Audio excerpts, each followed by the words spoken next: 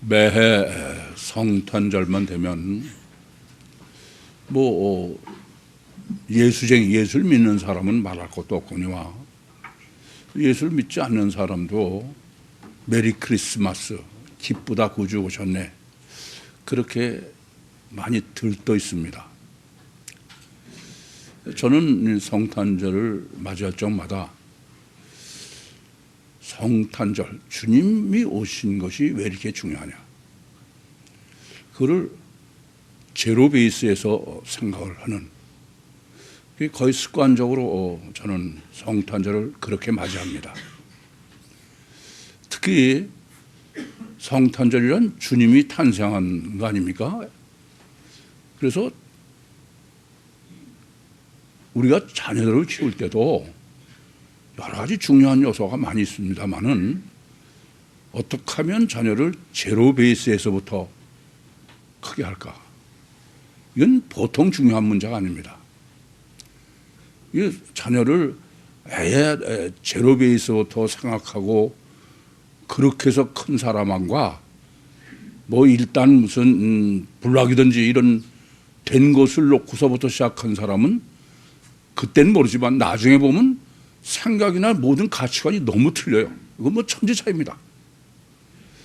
저는 그래서 늘 성경을 해석할 때도 제일 고민하는 게 어떻게 하면 제로 베이스에서 시작할 수 있을까? 그래서 성탄절도 저는 의뢰 다 거두절미하고 도대체 주님이 탄생하신 게 왜 이렇게 중요할까? 뻔한 것 같은데 저는 거기서부터 다시 생각하고 정리하곤 해서 저로서는 매 성탄절 이 설교가 다른 설교도 다 중요하지만 보통 중요하지 않다, 그렇게 여기는 사람입니다. 우리나라는 그 종교적 기념일을 국경일로 정해서 지키고 있는 특이한 나라예요, 사실은. 그 첫째는 음력 4월 8일, 초 8일 석가탄일이 국경일로 전해서 기념하고 쉬고 그러지 않습니까? 또 하나가 지금 12월 25일 주님이 탄생하신 성탄절을 국경일로 해서 그래서 기념하고 쉬곤 합니다. 그런데 중요한 문제는 왜 이 날이 이렇게 중요할까? 그를 뻔한 것 같은데 한번 제로 베이스에서 생각을 해야 된다. 여러분은 석가탄일을 기념하는 의미와 성탄절을 기념하는 의미가 같습니까? 다릅니까?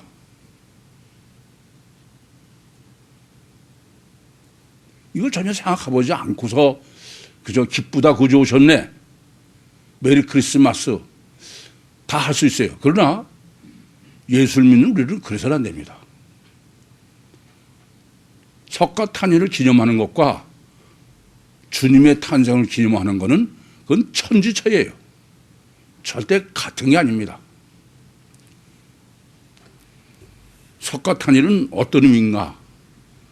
석가탄일은 둘 다 석가가 탄생한 날이고 를 기념하는 거고, 성탄절은 주님이 탄생한 것을 기념한 날이에요. 그러나 석가탄일을 기념하는 의미는 주님이 탄생한 날을 기념하는 건 전혀 다르다는 겁니다. 어떤 점이 다르냐? 이 점부터 명확하게 하셔야 됩니다. 석가탄일을 사람들이 귀하게 여기는 거는, 기념하는 거는 석가가 태어난 자체가 아니에요. 그게 중요한 게 아닙니다. 그것은 석가가 가르침, 그 가르침이 위대해서 석가탄일을 기념하는 거예요. 당연한 것 같습니까? 예수 탄생을 우리가 기념한 것도 예수의 가르침이 위대해서 그렇습니까? 그 사람은 아직도 까마득한 사람이에요. 마치 석가탄일을 우리가 귀한 날로 여기는 것은 인류 역사상 위대한 업적을 남긴 사람들의 탄생, 출생도 다 나름대로 귀하게 여기고 기념하지 않습니까? 그것은 그 사람 자신을 찬양하는, 귀히 여기는 게 아니에요. 그 사람의 업적이죠. 그렇지 않습니까? 그나 마찬가지로 석가 탄이를 귀히 여기는 것은 석가 자신의 탄생 때문이 아니에요. 석가의 가르침입니다. 위대한 업적이다. 지난주에 제가 말씀드린 거로 정리한 거로 말씀드리면은 석가탄일은 석가는 3인칭이지 2인칭이 아니에요. 2인칭은 뭐예요? 석가의 가르침이에요. 아시겠습니까? 이 점을 분명히 아셔야 됩니다. 다른 위인들의 위대한 업적 때문에 그 사람의 탄생을 기념하고 그 사람을 귀히 여기는 거나 똑같은 거예요. 그런데 예수님의 탄생을 기념하는 거는 예수님의 업적 때문이 아니에요. 예수님 탄생 자체입니다. 제가 보면 2000년 기독교가 심각한 문제는 주님 탄생 자체를 전혀 모르는 거예요. 그래서 마치 주님이 석가모니나 이런 사람처럼 이 땅에 오셔서 위대한 업적을 남은 거로 그게 예수 탄생인 줄 알아요.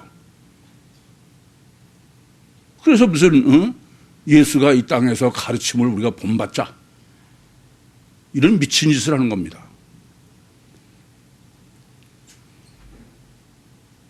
요한복음 3장 16절 말씀처럼 하나님이 세상을 이처럼 사랑하사 독생자를 주셨으니 이는 저를 믿는 자마다 예수를 믿는 거예요. 주 예수를 믿으라? 예수를 믿는 겁니다.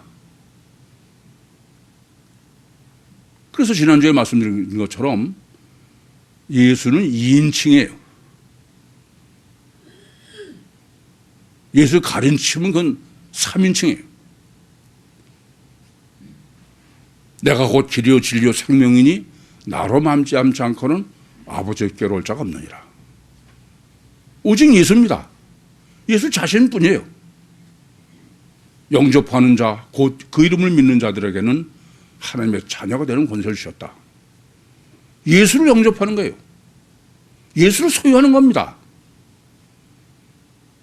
예수를 무슨 본받아서 그 위대한 업적을 기리고 그건 전혀 예수 믿는 게 아니에요. 그건 전혀 성경과는 아무 상관이 없는 얘기입니다. 그걸 가장 명확하게 제가 지난주에 예수는 2인칭이지 3인칭이 아니다. 그래서 성경 해석도 전혀 틀리는 거예요. 제가 지난번에도 말씀드렸습니다만은 설교할 적마다 주님의 가르치심을 우리가 교훈을 받자. 이건 예수를 전혀 예수 탄생 자체를 모르는 거예요, 전혀. 예수님도 요한복음 5장 39절에 너희가 영생을 얻으려고 성경을 상고하거냐. 그 성경이 나에 대해서 증거했다. 맞아요. 기독교는 말씀이 절대예요. 그러나 그 말씀은 3인칭인 걸 잊지 마셔요. 그 말씀의 목적은 어디 있어요? 예수 자신에 있는 거예요. 이걸 전혀 잘못하는 거예요. 여러분이 성경을 해석할 때도 그래서 성경을 잘못 해석해. 제가 해석하는 거 뭐가 차이인지 아세요? 이 점을 아셔야 돼. 왜 바울 서신이 안 되느냐? 바울 서신에서는 2인칭은 바울이에요. 서신서는 전부 2인칭이 저자예요. 그렇죠? 근데 왜 복음서는 저자가 없어요? 복음서의 저자는 누구예요? 주님이야, 주님. 아시겠어요? 그래서 저자를 전혀 기록하지 않는 거예요.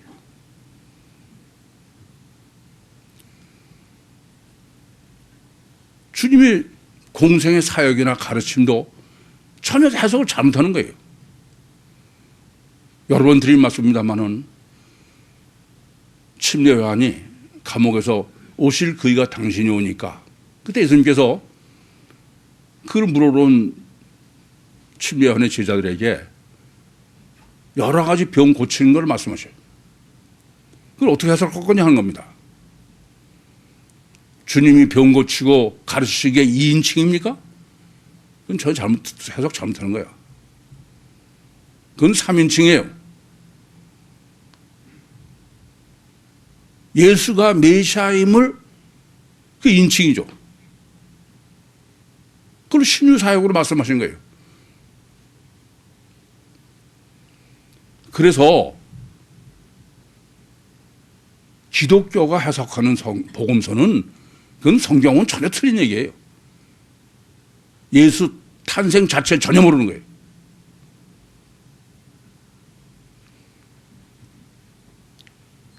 여러분, 예수님이 이 땅에 오신 것과 석가모니가 이 땅에 온 건 그건 아예 전혀 다른 얘기입니다. 어떻게 말로는 오직 예수 그러면서 성경 그렇게 볼 수 있을까?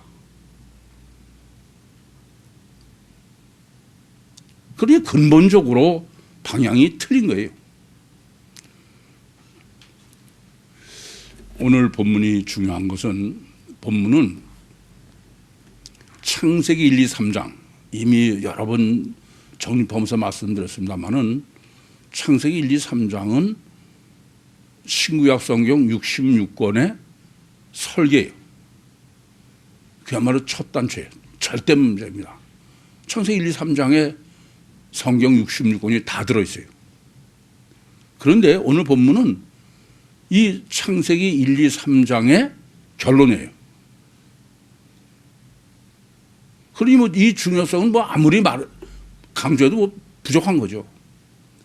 저는 이 성탄절날 이 본문을 설교할 수 있게 하나님이 설정하신 것 자체에 저는 너무 감사해요. 왜냐? 제가 작년 9월 달에 주님께서 창세기 49장을 저한테 계시해 주기 전에는 본문이 해석이 불가능했어요. 드디어 이제 오늘 본문을 해석할 수 있었어요. 워낙 중요하고 당연히 해석이 쉽지 않습니다. 정말 생전 처음 주님의 탄생을 맞이하는 마음으로 오늘 본문을 잘 정리하시는 귀한 시간이 되시길 바랍니다. 우선 본문이 창세기 1, 2, 3장의 결론이라고 말씀드렸으니까 하나님이 사람 창조의 신학부터 생각을 해야 됩니다. 하나님은 왜 사람을 창조하셨을까?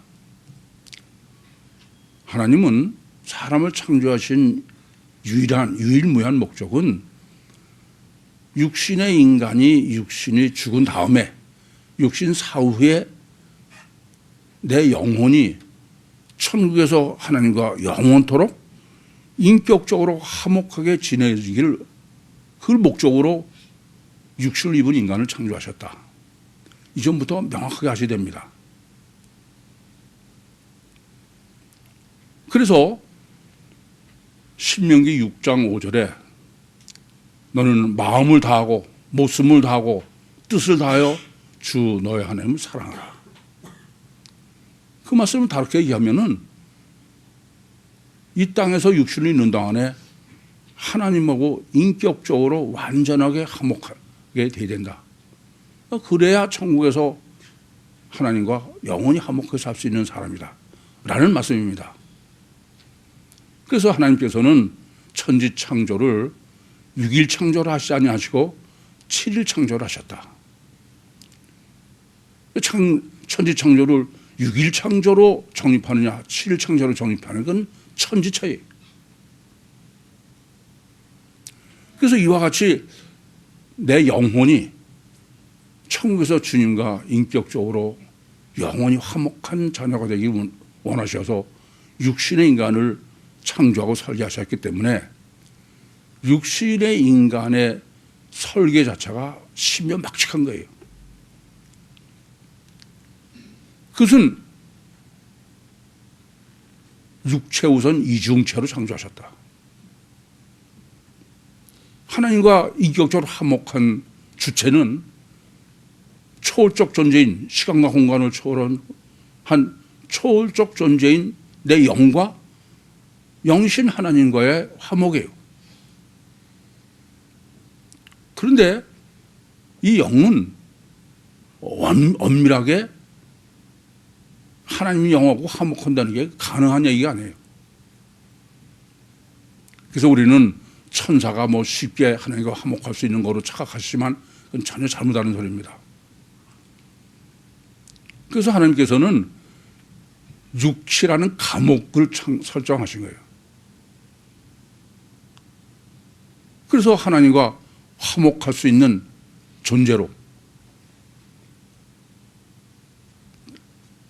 화목의 가장 어려운 점은 자유를 포기하는 거라서요. 여러분도 다른 사람하고 왜 화목이 어려웁니까? 내 자유를 포기 못해서 그래요. 그래서 육이라는 신묘막측한 설계를 하셔서 그 속에 시공을 초월한 완전 자유된 내 영을 가둬놓으시게 한 거예요. 그럼 천사보다 그만큼 자유를 제한하셨다.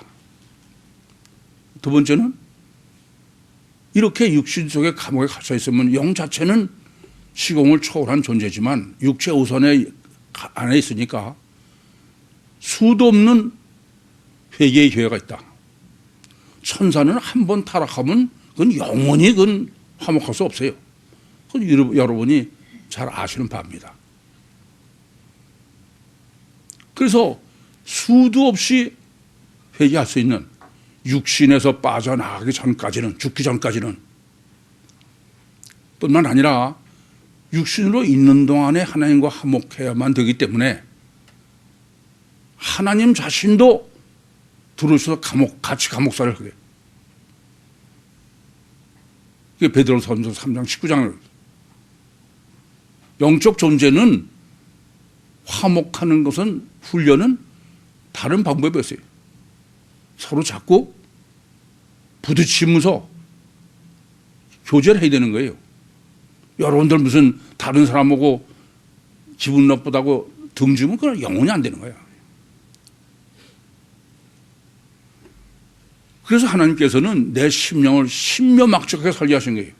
창세기 1장 2절에 계시한 것처럼 천지를 창조하신 우주보다도 더 큰 하나님이 같이 감옥을 살 수 있는 어마어마한 영적 공간 속에 인격적 화목을 해야 되기 때문에 내가 하나님을 모시고 싶은, 내 심령 속에 모셔드리고 싶은 간절한 소원이 있도록 그렇게 인간을 육체 우선 이중체로 창조하신 것입니다.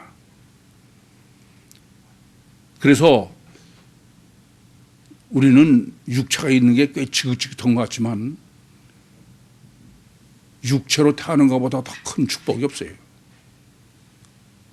제가 늘 말씀드리지만 육신으로 산다는 얘기는 하나님도 한 번밖에 못 살아보는 거예요. 예수님도 단 한 번밖에 못 살아보시는 거예요. 그렇게 귀하다. 그런데 이렇게 하나님과 화목하는 데는 아무리 그래도 심각한 문제가 있어. 왜냐하면 자유를 포기하지 못하고 사실 다른 사람과 화목한다는 것은 나보다 상대를 더 존귀히 여겨야 돼요. 그러지 나보다 상대를 우습게 알면 그 화목은 불가능한 거죠. 저 세미나 때도 섬까마를 불로 끈다 그렇게 말씀드렸죠. 그래서 인격적 화목을 위해서는 하나님을 나보다 더 귀히 여겨야 돼. 더 존귀히 여겨야 돼. 근데 우리는 그러는 것 같아. 뭐 코를 땅에 대고선 경배하니까 천만에요. 우선 여러분이 아셔야 될 것은 인간이 실제로 하나님과 화목한다는 건 아예 불가능해요. 그건 아예 불가능합니다. 물론 이사야서 55장 8절 9절의 말씀처럼 하나님은 나하고 얼마나 틀리냐? 아니 무한대로 틀리다는 거야. 그래서만이 아니에요.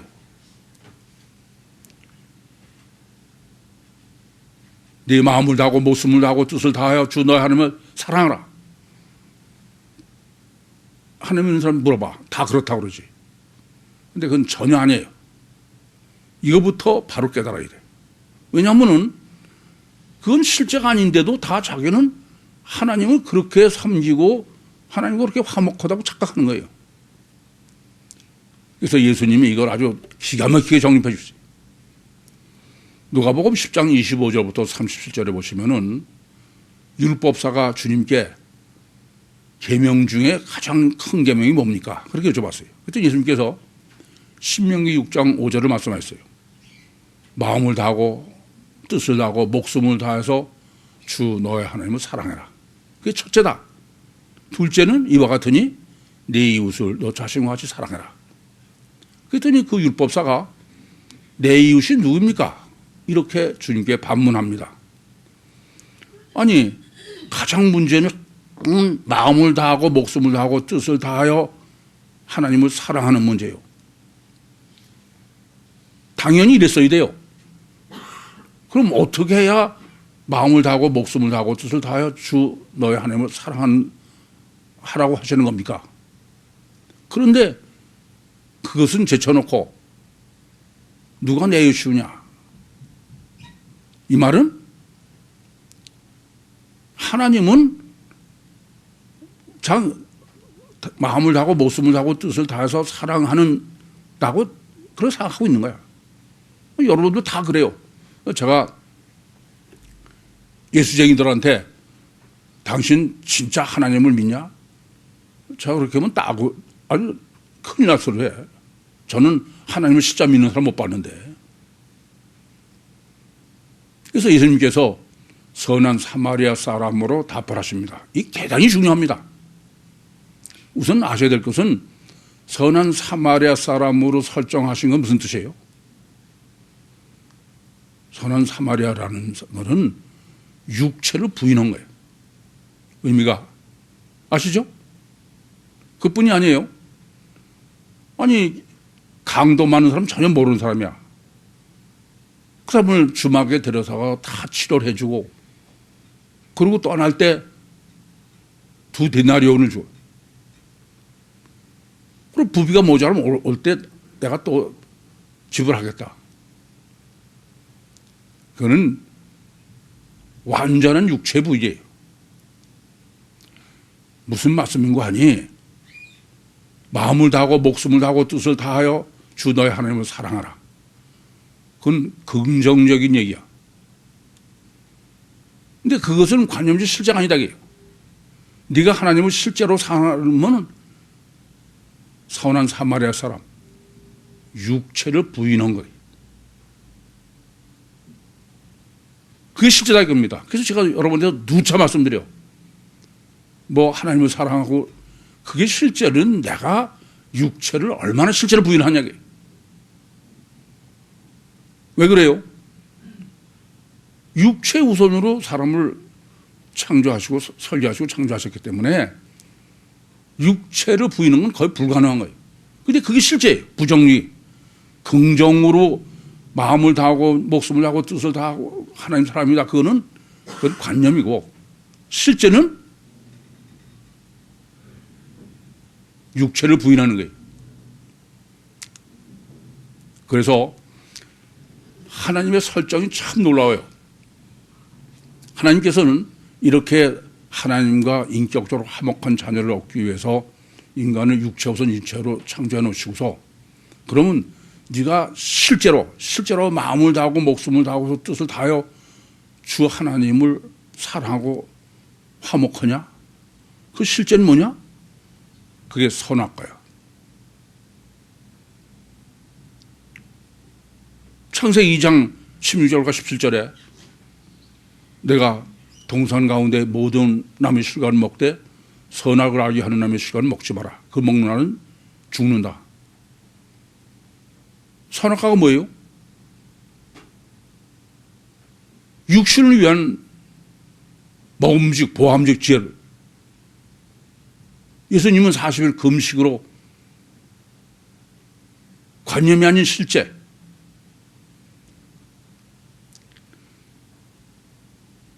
이 점을 아셔야 돼. 우리는 뭐 긍정적으로 하면 뭐 다 되는 것 같아요? 그건 하나님과 화목하는 데에는 그건 관념이지 실제는 육체 우선으로 해놓은 육체를 얼마나 내가 포기하느냐.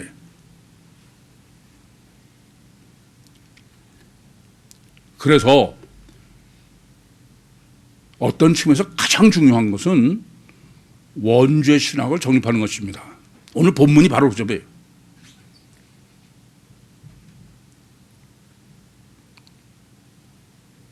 이 세상의 모든 사람은 다 아담 후손이에요. 원죄를 범하지 않은 사람은 아무도 없어. 따라서 원죄 신학이 정립하지 못한 사람은 그러면 사람을 전혀 모르는 거예요.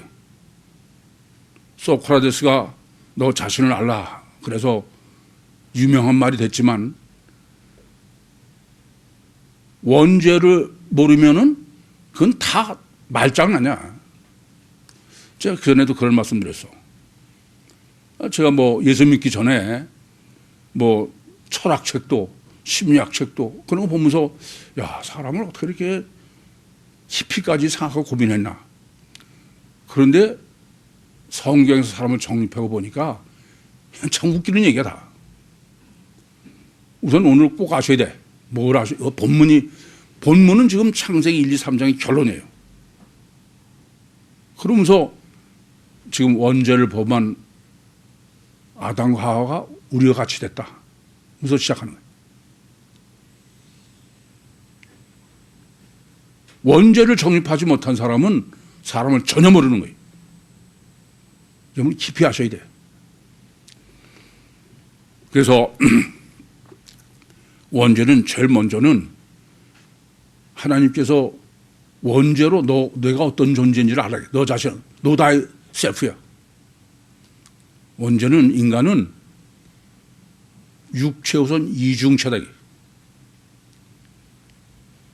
여러분 생각해봐. 하나님께서는 네가 선악과를 먹으면 틀림없이 죽는다고 그랬어. 그런데 마귀가 미혹해. 야, 너 선악과 먹으면 죽는 거 아니야. 네가 하나님같이 되는 거야. 하나님같이. 그래서 선악과를 먹었다는 거예요. 여러분 생각해봐. 아담과는 젊어, 건강해, 완전한 환경이야. 근데 하나님은 너 먹으면 죽는 데고 마귀는 네가 하나님과 같이 된다는 거야. 어느 쪽을 선택하냐 이게. 제가 세미나를 정립하면서도 6개월 시한부 인생으로 증거해드렸어. 인간은 절대로는 불가능해. 그건 절대로 불가능해요.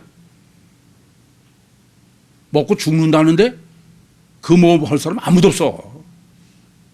근데 성경은 하나님 같이 되려고 먹었다는 거예요.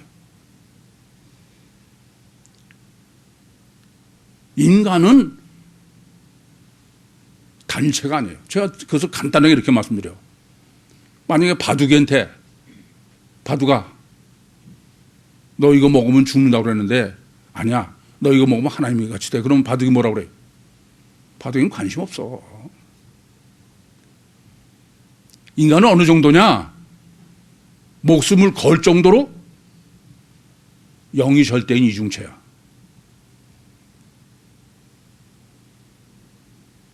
여러분이 아직도 단일체로 여기고 있는 사람은 그럼 정말 한심해. 잊지 마세요. 성경이 증거하고 원죄가 증거하는 것은 인간은 불가항력적 본능이야, 이건. 이중체지 단일체가 아니에요. 자, 보면 단일체 그 사람들 다 미친 소리야. 뭐 일일이 다 증거하지 않아도 여러분은 꽤 충분히 아시는 사실입니다. 잊지 마세요. 제일 첫 번째는 인간은 목숨을 걸 정도로 이건 이중체가 절대의 인간이지 절대 단일체가 아니다. 두 번째는 이렇게 원죄로 인간이 어떤 존재를 정립하는 것은 육체 우선이다. 하나님이 사람을 창조하신 그대로로 이거 잊지 마세요. 왜 하나님께서 원죄를 허락하셨느냐? 사람 창조로 관념이 아니라 실제라는 것을 원죄로 증거하시는 거야.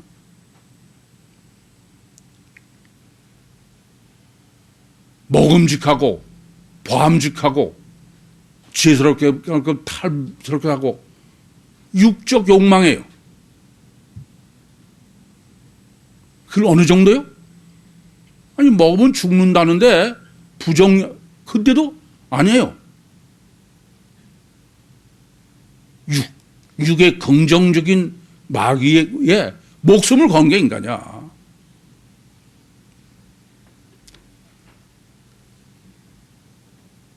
이 점을 잊지 마셔야 돼. 인간은 이 육적 욕망 때문에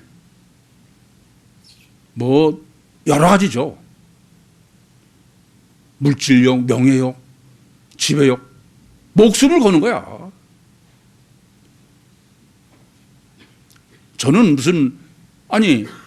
뭐 내노라 하는 이 나라에 무슨 이런 사람, 정치가 이런 사람들이 생각해 보세요. 그게 뭐 영원히 숨겨질 것 같았어요? 그래고선 결국 드러나서 감옥에 가는 거예요. 왜요? 이거는 불가항력적 본능이야.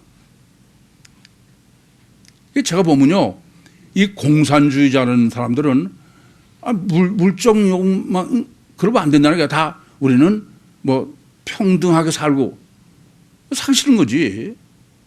다른 사람 그래 놓고 저는 어때요? 그건 인간은 그럴 수가 없어. 그건 틀린 얘기야. 공산이 어디 있어요? 그건 인간의 본능을 전제로 해야 돼. 그건 불가항력적 본능인데 목숨을 걸 정도인데 그 권력 잡은 사람이 다른 사람 때려잡으면은 잡을 때 꼭 무슨 저는 정의롭고 너는 아니다. 웃기는 소리야. 그건 사람을 전혀 모르는 소리입니다. 뭐 죽는다는데도 다시 한번 생각해 보셔. 하나님의 설정이 아담 하와는 젊죠? 건강하죠? 도대체 뭐가 모자라? 그래서 거기다 목숨을 걸고 그런 짓을 해. 성경이 강조하는 거는 이거는 불가항력적이다 이거야. 그러면서 그거를 무시하는 사람은 그 사람은 하나님 앞에 쓸 자격이 없어 아예. 최소한도.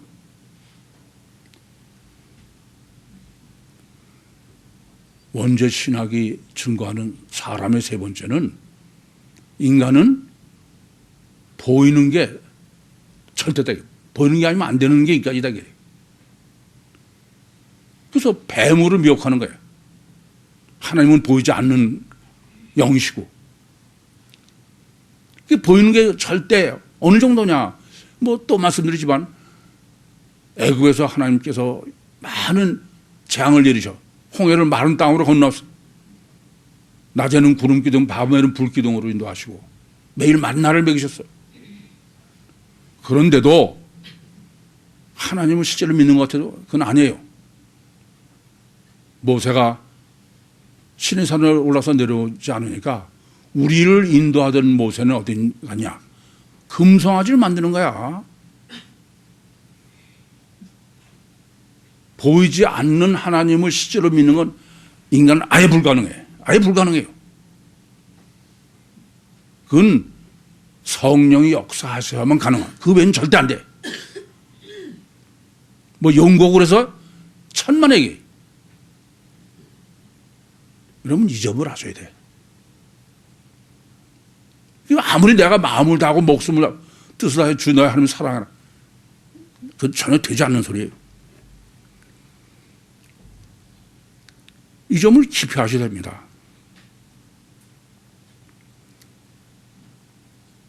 보이는 게 아니면 안 되는 거예요. 그래서 뱀이 미혹한, 보이는 뱀으로 목숨을 걸게 하는 거예요.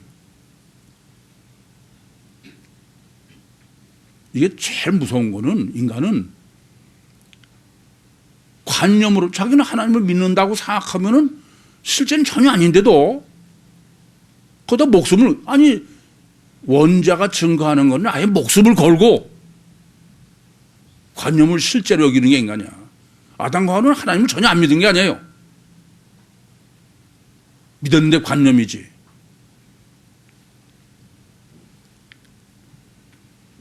원죄 신학을 정립하지 못하면은 아예 인간은 전혀 모르는 거예요. 아니 이게 뭐 성경은 아예 불가항력적 본능이다. 인간이 목숨을 걸도록까지 이건 변할 수 없는 거다. 그렇게 증거하는데도 그 뭐 원죄 모르고선 뭐 사람이 어쩌고 저쩌고 그건 말장난이야. 그건 전혀 아니다. 이 점을 잊지 마셔요. 그래서 원죄는 우리는 그냥 왜 뭐 선악과를 놔서 맞성이냐, 뭐 선악과가 응? 뭐 사과 같다느니 무슨 바나나, 참 웃기는 얘기죠. 하나님은 실제로 하나님을 알고 믿는 게 불가능한 게 인간이다. 실제 인간이 어떤 존재냐를 원죄, 선악과로 확실하게 아주 증거를 하고 계신 거예요. 따라서 하나님의 구원은 원죄 구원이지 다른 건 아무 소용이 없어. 원죄에서 구원하지 못하는 한 어떤 구원도 구원일 수 없어요. 오늘 본문이 중요한 것은 원죄에서 구원이 돼. 어떻게 원죄에서 구원이냐? 생명과를 먹는 거예요. 원죄도 뭐가 원죄예요? 선악과를, 선악과는 뭡니까? 육체로는 생명과지만 영적으로는 사망과예요. 사망과를 먹는 게 원죄예요. 그것은 예수님께서 요한복음 13장 27절에 가룟 유다에게 떡을 초를 찍어서 줬어요. 그 가룟 유다가 받아 먹으니까 사탄이 유다 속에 들어갔다. 사망과를 먹었다는 얘기는 실제적으로는 마귀가 아담과 하와 속에 들어갔다. 근데 오늘 생명과예요. 생명과를 먹는다는 얘기는 그건 무슨 얘기예요? 생명과는 로마서 7장 24절에 말씀드리죠. 마귀가 안에 있어서 마귀로부터 나를 구원할 수 있는 거는 그건 아무도 불가능해. 오라 나는 공고한 사람이로다. 이 사망을 보면서 누가 나를 건져내랴. 그것은 마귀보다 능력이 커야 되고 영예이 되고 내 속에 들어와야 돼. 그건 하나님의 성령 외에는 아무 소용이 아무 방법이 없어. 로마서 7장과 8장이 증거하는 거예요. 그래서 원죄 신학으로 정립하는 것은 유일한 우리의 하나님이 우리를 구원하는 일은 원죄에서 구원이요. 자범죄 아무리 해봐야 소용이 없어. 아시겠어요? 나 자범죄 그러면 뭐해? 로마서 5장 12절 말씀처럼 죄와 사망이 들어와 있는데 원죄에서 구원이, 원죄에서 구원은 오직 성령이 마귀로부터 구원하시는 건 성령밖에 없어. 이 내 안에 들어오셔야 되는 그런 생명과를 먹는 거다. 그래서 지금 이 원죄를 전제로 지금 본문은 해석이 가능한 거예요. 지금 22절이 상당히 어렵죠. 왜 어려냐면은 바로 아담과 원죄를 범한 아담과 하와가 분별이 지금 우리와 같이 분별을 한다. 뭐가 좋고 뭐가 나쁘고 그런 거를. 근데 손을 들어 생명과를 따먹고 영생할까 하노라. 그럼 아니 생명 따먹고 영생하면 바람직한 거 아닙니까? 근데 문맥은 뭐예요? 그러고선 영생한다고 착각할까 봐 걱정이라는 거예요. 지금 말씀은. 그러면 원죄 정립한 전제로 아담 후손은 어떤 사람이냐? 육체가 우선이야. 가식 결과만이 절대야. 철저하게 자기중심적이고 마귀가 들어앉아 있는 사람이야. 이런 아담 후손의 완전한 형태를 본문에서는 이렇게 손을 들어, 손이라는 의미는 하나님을 손이라고 할 때는 어떤 의미예요? 천국 보좌에 계신 분이요, 이 땅의 결과죠. 결과처. 그러면서 그냥 생명과가 아니야. 생명나무의 과실, 실과. 아시겠어요? 결과죠.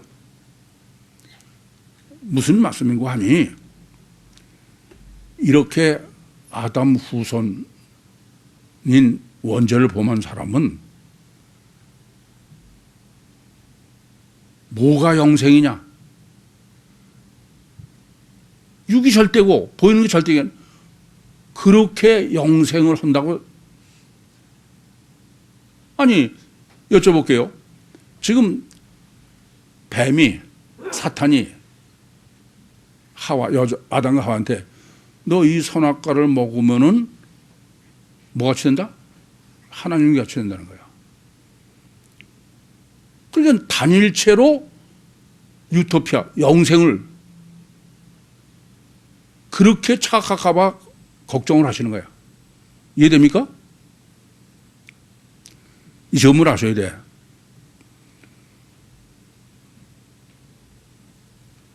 이 지구상에는 이와 같이 단일체로 결과에서 해결해가지고 그렇게 해서 구원이 이루어진다고 생각하는 거예요. 그게 뭐예요?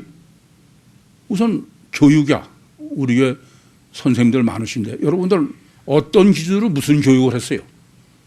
다 결과를 가지고 훈련시키고 가르치고 그렇게 해서 훌륭한 사람 만들려고 그랬던 거 아니에요? 아담 후손의 완전한 모범이지. 그게 종교야. 종교가 어떤 겁니까? 사람이 선하게 살라고 만드는 게 종교야. 근데 선하려면 마음이 선해야 된다.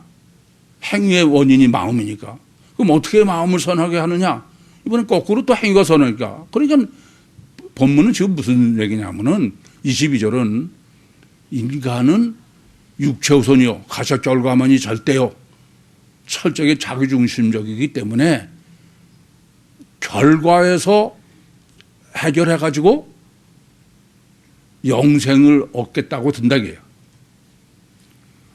그 메시아 대망도 그거 아니에요? 종교다원주의도 그거 아닙니까? 유토피아를 이루는 것도 그것도 아니에요? 돼요? 천만의 얘기야. 이건 원죄를 정립하면은 이건 미친 짓이라는 걸 알아. 근데 이게 미친 짓이 아니라 그걸 위해서 평생을 다 그러고 사는 게 인간인데? 그러면서 부끄러운지도 몰라. 이 점을 아셔야 돼. 지금 본문은 단일체, 다르게 말하면 단일체로서 이 땅에 영생할 수 있다고 여기는 거야. 아니 신천지도 그런 거 아니에요? 제가 보면 또라이야, 또라이. 그 사람들만 또라이가 아니야. 저는 종교가 무슨 된다고 하는 사람은 이건 이성이 마비된 사람이야.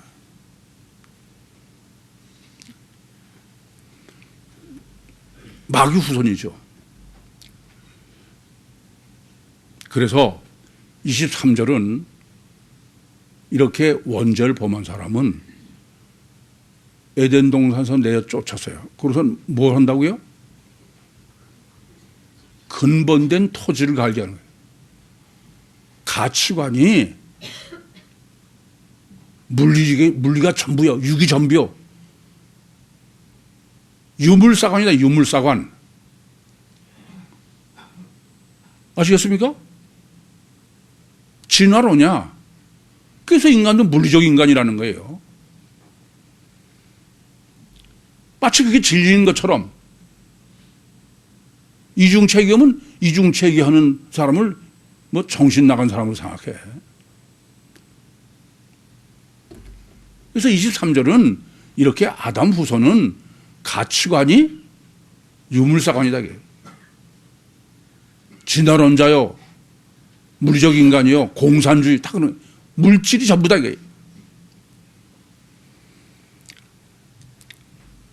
이 점을 아셔야 돼. 이런 사람을 유다서 1장 10절은 짐승이라는 게 짐승, 이성 잃은 짐승, 동물이다 이겁니다. 그럼 어떤 문제가 생기느냐? 본문은 그럼 성육신하신 신인 메시아를 이중체로 보고 있어요? 단일체로 보고 있어요? 아담 후손은 단일체로 보는 거야.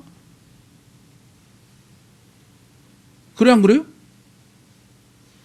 성육신하신 신인 메시아를 성경이 뭐 천여인대로 여러분이 정립해서 다 하시는 대로 성육신하신 신인 메시아는 오늘 뭐 그 성탄절 교동문도 이사야서 9장하고 11장인데 그건 도대체 단일체로 볼 수가 없어요. 근데도 단일체의 무슨 보혈의 능력으로 물리 피의 보혈의 능력이 시간과 공간과 대상을 초월해서 모든 사람이 죄를 사해준다. 거기다가 온 세상이 다 목을 메고 있는 거야. 이 정신병자들이지. 안 그렇습니까? 그런데 더 웃기는 거예요. 지금 본문의 논리는 이래요. 사람은 아담 후손이라 원죄를 보면지 그런 예외가 없어. 그렇기 때문에 육체 후손이요, 가시 결과만이 절대요, 자기중심적이에다가 마귀의 기름을 부었기 때문에 그러니까 물리적인 가치관을 가진 거예요. 가치관이 유물사관이. 그런데 실제는 어떠냐? 지금 그러니까 이런 기준으로 보니까 예수는 단일체요. 그러면 예수의 보혈로 내가 죄상을 받으면은 그러면 이 땅에서 그냥 유토피아를 이루려고 그럴 거 아니야. 근데 어때요? 육신 사후에 천국을 가겠대. 여러분들 피복음 교회 다닐 때 천국 갈 생각 안 했어? 이 모순도 이런. 왜 그래요? 왜냐하면 인간은 불가항력적 본능이야. 이중체는. 그러니까 이렇게 해서 유물사관으로 단체로 다 그러면서도 그래서 예수도 믿는 거는 단일체로 믿는 거야. 예수 몸뚱 안에서 무슨 피가 나와서 우리를 다 사니까 그건 육체에서 이 땅에서 끝나는 얘기인데 그런데 실제 그러고서는 어떻게 해요? 죽어서 천국 가겠대. 말도 안 되는 모순. 왜 그러냐? 지금 본문 논리예요. 인간은 불가항력적 본능이야. 이중체는.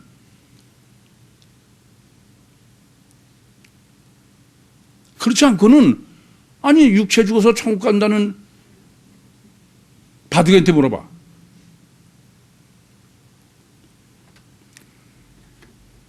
참 한심한 얘기야. 그래서 제가 세미나 때도 가장 인간에게 무서운 거는 관념과 실제를 분별하지 못하는 거다.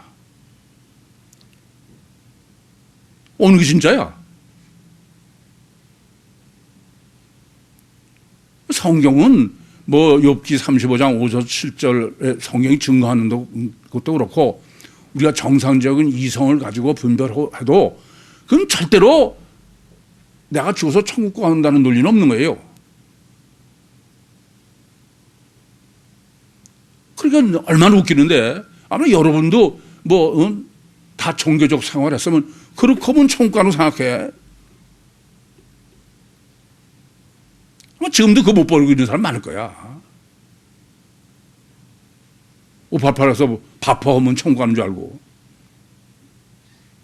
정말 한심해 진짜. 그래서 이걸 잊지 마셔야 돼. 구원은 반드시 원죄 구원이어야 돼. 아시겠습니까? 원죄 구원이 아니면 그건 뭐 자범죄는 아무리 구워도 자범죄 구한다고 천국 가는 일은 없어. 그건 이 땅에서 문제지. 단일체의 문제지. 천국 가려면은 육체 죽고서 천국 가는 게 육체가 영혼이 가는 건데. 천국은 육의 세상이 아니에요. 제가 늘 그렇게 말씀드리죠. 거기는 우리가 육체에서 있고서 범하는 죄는 그것은 그런 죄를 진례도 질 수가 없어. 천국은 그건 아무 관심도 없고 상관이 없는 거예요. 근데 마치 이 땅에서 내가 육적으로 무슨 선하고 의롭게 산 게 천국의 조건인 것처럼 그건 이성이는 짐승이야. 분별력이 그건 절대 안 되는 얘기예요.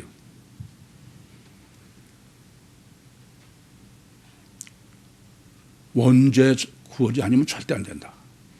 그래서 창세기 지금 이렇게 1, 2, 3장이 설정이라고 그랬죠. 그래서 딱 끝나고 나서 4장이야. 4장이 시작이 뭐예요? 가인과 아벨입니다. 가인과 아벨을 증거하는 거야. 가인은 무슨 의미예요? 마귀야. 아벨은 선하고 의로운 예수님 예표야. 근데 가인이 아벨을 죽이로 설정해 놓으셔. 그 말은 뭐예요? 아담 후손이 사는 이 세상은 마귀가 지배하는 세상이야. 그건 아무리 선하고 이렇게 살아도 마귀를 이길 수가 없어. 유토피아는 꿈도 그건 아예 안 되는 거야. 미친 소리 하지 마. 아니 인류 역사는 여러분 잘 아시죠? 인류 역사 자체가 다 유토피아를 꿈꿔와서 수천 년. 뭐가 돼 되긴.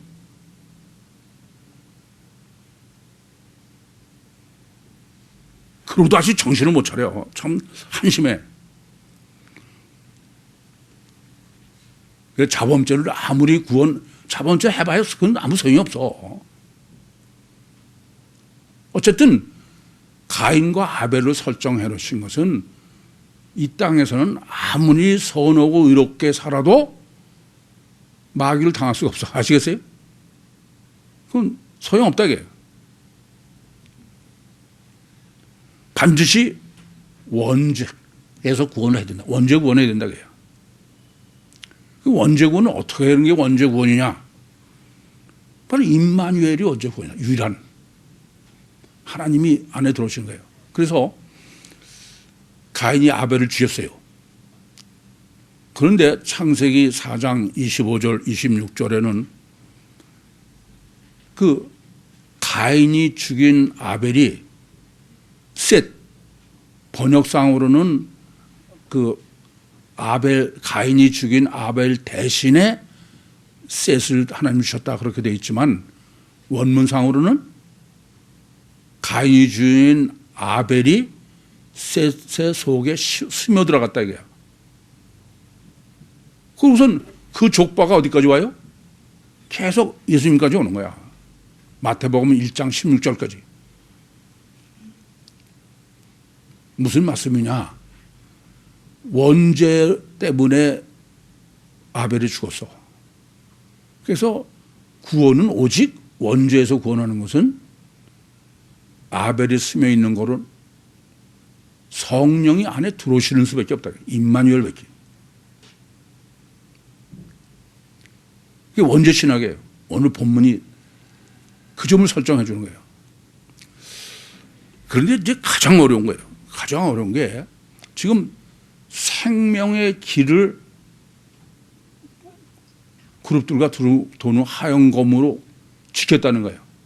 그래서 먼저 생명나무의 길부터 알아야 돼요. 이 점을 잊지 마셔. 인간은 육체 우선이요 가책 결과만이 절대요 철저하게 자기중심적이기 때문에 보이지 않는 성령을 실제로 인격적으로 내 안에 모셔드리는 것은 그건 아예 불가능해. 그건 다 관념이니까. 그럼 유일한 길은 뭐냐? 그 유일한 길이 뭐냐면 생명나무의 길이에요. 생명과는 결과고 생명나무는 원인이에요. 원인론이다 이겁니다. 영성신학이 정립돼야 돼. 신학적으로 정립돼, 논리적으로. 우리는 제가 이렇게 인과율의 법칙으로 논리적으로 설교를 하면 골치 아프대. 뭐 결론만 얘기하래. 결론해서 그건 아무 소용이 없어. 결론은 하나님이 역사하신 거를 애굽에서 재앙을 다 봐도 하나님 전혀 못 믿어. 그건 안 돼. 불가능해, 인간은. 그건 원죄로 인간이 어떤 존재인지를 정리하지 몰라서 그래요. 근데 인간은 전혀 보이지 않는 것을 실제로 할 수 있는 것은 보고 믿는 것보다 더 확실한 게 이성적이고 합리적으로 논리적인 거야. 여러분 뭐 길게 얘기할 거 없어. 여러분은 다 아시는 얘기야. 증거가 있어요. 그게 뭐냐면은 애들한테 공용 시간에 진화론을 창조론을 제가 바꿔놨어요. 어떻게 해요? 니들 이렇게 이성대로 하는 거야 그냥. 얼마 전에 한번 물어봐서 했더니 전혀 뭐 진화론은 그런 웃기는 얘기다 이런 얘기야.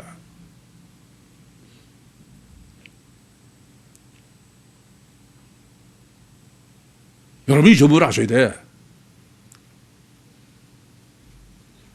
여러분들이 그런 논리적 이성의 이 단계가 안 되는 게 보통 문제가 아니야, 이거는.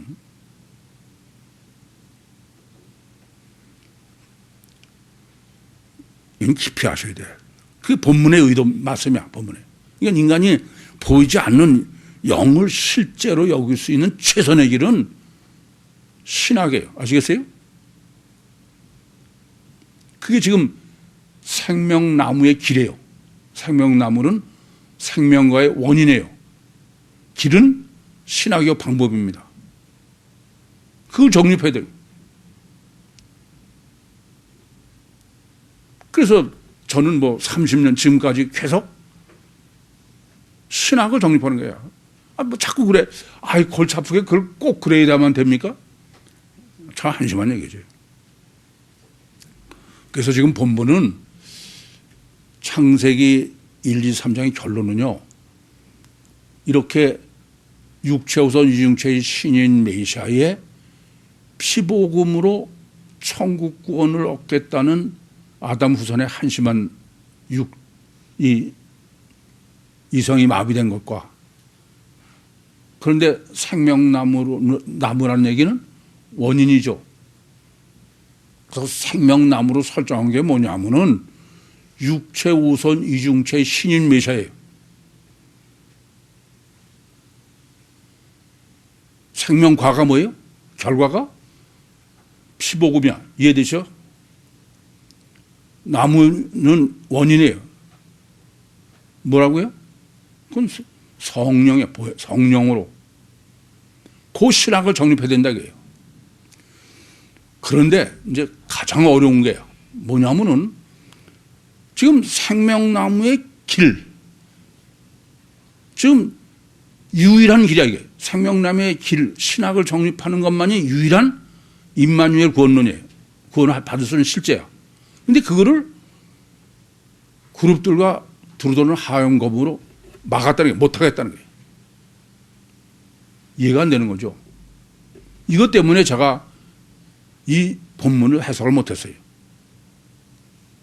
근데 작년 9월에 창세기 40장을 계시해 주시고선 참 얼마나 놀랐는지 몰라. 이젠 하나님도 주님도 마음이 편하실 거예요. 왜 못하게 하느냐? 제일 첫 번째는 이렇게 육체우서 융체의 신인 메시아의 공생의 사역은 그 자체로 구원이 아니에요. 그것은 부활해서 부활해서 성령으로 임마누엘 하시는 예비야. 그것을 이미 여러분에게 창세기 37장 35절 요셉으로 설정하고 예레미야서 31장 15절로 그래서 부활하셔서 구원이지 육체는 구원이 아니에요. 그래서 사도행전 1장 4절과 5절에는 부활하신 다음에 아버지의 약속하시는 기다려라. 그러니까 십자가 공생의 십자가의 구원이라는 것은 어디로 봐도 전혀 논리적으로나 어떻게 봐도 안 되는 거예요. 그러니까 이건 완전히 마귀의 역사로 그런 꼴이지 말이 안 되는 얘기죠. 그래서 우선 성육신하신 신인 메시아를 무슨 예수님의 뭐 삶의 모습을 배우자 이러는 거는 석가모니가 되는 위대한 선생이 되는 거니까 그건 말도 안 되는 얘기. 서론에도 말씀드렸지만은 뿐만 아니라 공생에서의 육신은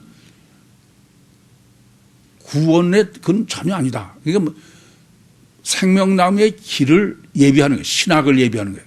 그래서 우리가 지금 그 외다리 할례 복음서로 생명나무의 길을 정립하고 가고 있는 거 아니에요? 아시겠습니까? 그런데 그 생명나무의 길을 예비한 게 바로 공생애인데, 근데 창세기 49장은 이 49장이 아니면 창세기 지금 24절을 해석할 수가 없어. 24절은 뭐냐 하면은 그 신학을만 유일한 구원의 방법인데 그 신학을 정립 못하도록 아시겠어요? 그룹들과 들어오는 하용검으로 막고 있다. 신학을 정립하면 안 된다. 이게. 왜 그래요? 그건 성경대로 해서 그건 정립이 불가능해. 그래서 보존하는 거로 제가 하여튼 저는 창세기 49장 16절부터 18절을 깨닫는 순간 너무 저는 이를 상상할 수가 없을 정도로 놀랐어요. 그래서 이제 바울 서신이 예비지 그건 아니다. 또 뭐 2000년 기독교가 교회의 암흑 시대가 있어야 된다. 그렇지 않으면은 복음서를 버려. 그래 놓고서 르네상스로 이성을 회복하게 하고 종교 개혁으로 구유복 교회까지 있게 하는 거예요. 그러기까지 복음서 신학을 정립하면 왜요? 정립이 불가능해. 그거는 과학이 발달하고 이성이 그러시면 안 돼. 전혀 불가능하기 때문에 그래요. 그래서 헬라어 복음서를 보존해 오시다가 드디어 영성 세미나로 영성 신학을 정립하게 하시고 가복 3년을 통해서 창세기 1, 3장을 정립하게 하시고 30종 목회에서 헬라어 복음서를 정립하시고 이걸 다 종합해서 드디어 이제 외다리 헬라어 복음서를 정립하도록 허락하신 거예요. 여러분은 어떻게 받아들이시든 저는 정말 몸이 막 가슴이 떨릴 정도예요. 이렇게 완벽하게 설정하시고 진행하신다는 사실에 무섭기도 하고 두렵기도 하고. 기쁘다 구주 오셨네는 이중체 신학을 정립하기 위해서 오신 거지 그래서 천여잉 때부터. 그런데 이중체 신학을 정립하는 분은 이미 지금까지 기독교의 역사에서 알 수 있는 것처럼 이건 그렇게 되는 일이 아니에요. 천지 개벽을 할 일이야. 그냥 여러분들이 이중체에 대한 들었으니까 나는 이중체를 알고 믿는다. 그렇게 페이지를 넘길 문제가 아니다. 여러분이 정말 이중체의 가치관을 가지고 있나? 여러분 이성으로는 그래. 근데 아니에요. 영으로는 아니야. 지금. 이게 아주 제일 어려워 제가. 뿐만 아니라 원죄 신학을 정립해 주시고 원죄 구원 때문에 그래. 자범죄 구원 같으면 석가모니도 충분해. 아시겠습니까? 이 점을 아셔야 돼. 석가모니는 3인칭이고 주님은 2인칭이야. 엘로힘 하나님이 이 땅에 오셔서 임마누엘, 내가 그분을 소유해야 되는 거야. 2인칭으로 오신 주님을 벌써 성령으로 내 심령 속에 실제로 소유하셔서 원죄로서 구원받으시고 이 땅에서 예수님처럼 이 시간과 세상을 하나님의 능력으로 승리하시고 주님과 함께 더 영원한 천국에서 우리 다 함께 영원히 천국의 영광을 누리시는 종말 때 특별히 선택하는 받으신 우리 모든 식구들이 되시기를 2023년 성탄절에 주님의 간절한 소원을 다 함께 이루실 것을 믿습니다. 기도하시겠습니다.